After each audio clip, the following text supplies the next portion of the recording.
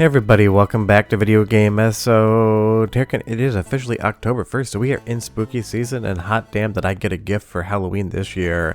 I've always been talking about on the channel to anyone who will listen that Dead of the Brain and Dead of the Brain 2 are two of the best horror visual novels ever to come out of Japan. We've had the original Dead of the Brain translated for like 3 years now, but Dead of the Brain 2 has always remained in Japanese. But the eagle-eyed among you, it's not going to be too hard to tell. We'll see that we're seeing English text down at the bottom of the screen. That is because as of late last night, Dead of the Brain 2 is now officially fully translated into English and playable by everybody. And to say I am stoked about this would be the understatement of the year. I totally get that these are niche games and not everyone is going to love, but for me, this is the shit. I'm absolutely excited to play it. I'm about halfway through, and I am here to convince you that in this Halloween season, if you don't play Dead of the Brain and Dead of the Brain Part 2, you are absolutely missing out. Before we get too far involved though, do me a favor, go down below, hit like and subscribe, and ring that notification bell. Definitely helps us out. And if you feel so inclined to want to support the channel, I got a Patreon link down below as well. But when I say I am excited about this thing, I absolutely 100% mean it. This game is a vibe. It is absolutely a fun franchise, and Fairy Tail never gets the credit they deserve for making some absolutely legit visual novel point-and-click horror games. These kind of take the overall storyline from something like Return of the Living Dead and kind of pivot them into their own thing. The first game is way more Romero-style zombie horror, and the second game has a little bit more of that cyberpunk and just straight-up punk aesthetic going on. But the pixel art on display here, that zombie with the contents of his skull just absolutely leaking from the ground. This is the type of stuff on PC 98 that absolutely, that 16-bit dithered look hits so hard. I've always loved the look of these consoles, or I guess in this instance computers, and Fairy Tail did an absolutely incredible job of just really relaying that horror aesthetic in that 16-bit look. Now moving over to when I talked about this maybe about a year and a half ago, this is the game in full kanji, and as far as I am concerned, I can't read anything whatsoever of Japanese or any other language. For as many things as I can do, learning a new language is definitely not one of them. My brain just does not work that way, and I always hear comments, well, just learn Japanese. Well, if it was that easy, I would snap my fingers and make it happen, but honestly for me and most other people out there, foreign languages are just very difficult, and Japanese is basically the S tier level of hard. So a group of intrepid modders have brought the entire script over to English and gotten the entire thing imported into Dead of the Brain 2, and I will say they've done an absolute bang up job of making this thing feel both conversational and getting the information as well to you. You'll see a man by the name of Cougar mentioned there, and that is a character from the original Dead of the Brain that basically starts off the entire zombie apocalypse in this universe by making a reanimation serum, giving you a little bit of Reanimator, that movie as well. This franchise basically takes the best of stuff like the Night of the Living Dead franchise from George Romero, Return of the Living Dead, as well as Reanimator and other horror movies, and just incorporates them together in a way that I would consider absolute perfection. Now I get it, I am excited about this, so I'm trying to hype the ever-loving hell out of you to make you want to go out and play it too, but I understand if this might just not be your genre, so leave me a comment down below and you tell me. Visual novel point-and-click adventure games, do they do it for you or not? I think these are actually some of the better games to play during the month of October, because while I love survival horror, if you just kind of want to casually chill out on the couch and get some good horror vibes in without having to worry too much about gameplay mechanics, Dead of the Brain and Dead of the Brain Part 2 100% have you covered. And just look at that light streaming in with that dithered pattern in that 16-bit aesthetic. That is just stuff that I will absolutely crave every day of the week and twice on Sundays. And you know I love saying that, but I absolutely mean it here. And now I can understand exactly what's going on in the story, which is something I've always been curious about.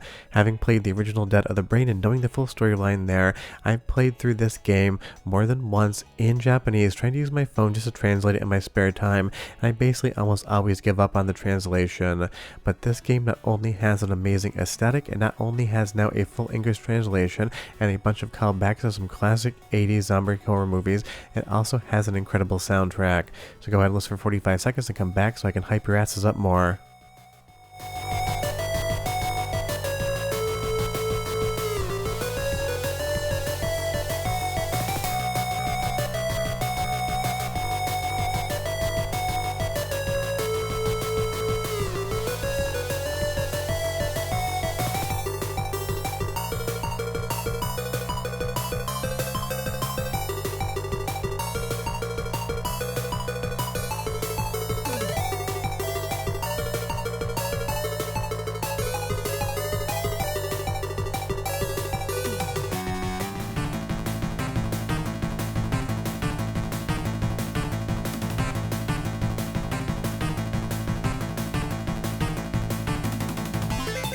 I mean, I absolutely love the music, but if I am being honest, the original Dead of the Brain probably has the better soundtrack. But the interesting thing is both of these games feel completely different even if they are part of the same franchise. The original Dead of the Brain has way more of a Romero kind of campy zombie horror thing going on, where Dead of the Brain 2 just goes harder into the pure horror and even bringing in some body horror along for the ride as well. And if you're a horror fan like me, that is a hell of a combination. But honestly, I originally talked about this game on a series I was calling Just Here for the Vibes because I couldn't understand what was going on in the game because of course I don't speak Japanese. But now you get all of that flavor text, all of the description of what's happening, and because you do have to click on the same area more than once in some instances, you're able to actually see whether or not the text is repeating and you're done there, or if you are getting new dialogue, as even if you can't read Japanese, trying to see when kanji changes and might be different can still be its own level of difficulty. And now that's not going to be the case whatsoever, so huge credit to the translation effort here. I just love when people go out and do this sort of stuff, because Fairy Tail in general and Dead of the Brain aren't the most well-known franchises out there. I think it's most well known for being the last official game released on the PC Engine CD, although those were inferior ports to stuff like the PC98, the MSX2, and the Sharp X68000 versions of these games. And just so you know, this is a PC98 translation, and I will leave a link in the description below so you can absolutely grab it for yourself. I understand we're still on the same screen here, but the entire point of this video is to give you guys that text and understand what Sheila and Cole are doing in this actual game. And Sheila is a character from the original as well, so if you've never played either of these and you want to play them this Halloween season, I will leave a link to the translation for Dead of the Brain, the original one as well, down below. That way you can start there and progress into this game, because it is going to be a lot better if you play them in order.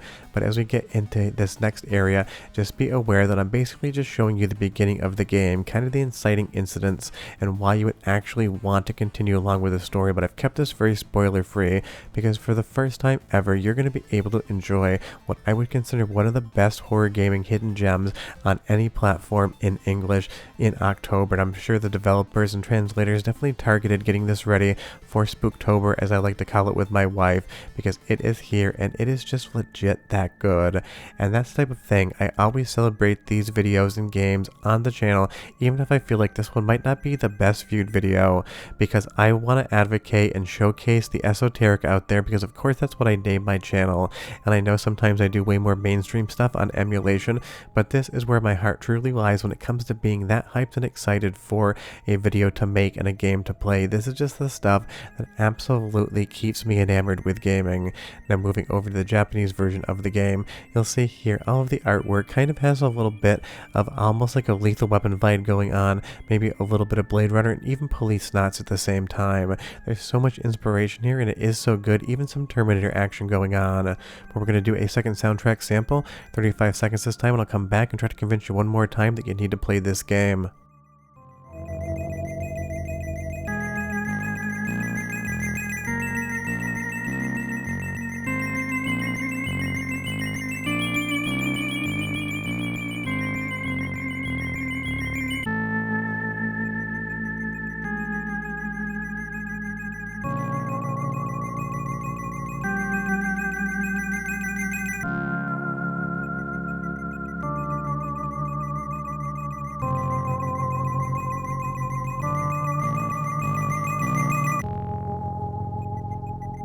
I mean, that music is absolutely a vibe, and if you have it playing out of a nice sound system, maybe on something like an OLED TV, this game just absolutely shines, both in the audio department as well as the visuals.